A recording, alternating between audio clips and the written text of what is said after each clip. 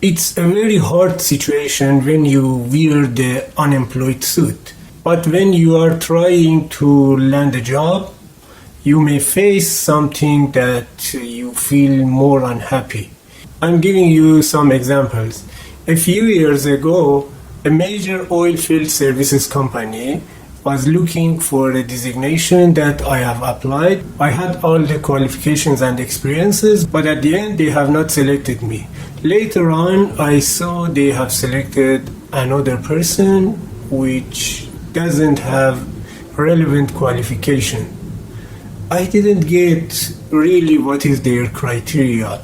Is it because of the difference in the nationality or something else? Another one recently I saw in the internet, which is spreaded everywhere. This guy selected as head of projects, which as you see the form he has filled is really hilarious. You see 7 minus 1 has answered no experience, and for the phone number has written the phone brand and model. I'm not sure this is real or not. Another one I have seen, a senior manager for transportation in a major EPCIC company, which his education is below diploma.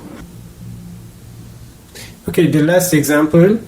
As you see this screenshot from my courses, I had some students from very famous companies such as Saipem, Baker Hughes, Subsea 7 and McDermott.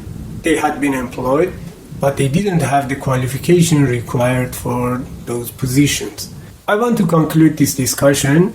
This reminds me some portion of a famous animation, Animal Farm.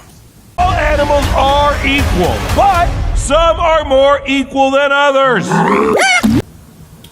I'm curious about your thoughts and what you have seen. What do you think about the criteria and hurdles that unemployed persons need to pass them to land a job? Comment your thoughts down below. And stay stronger than yesterday.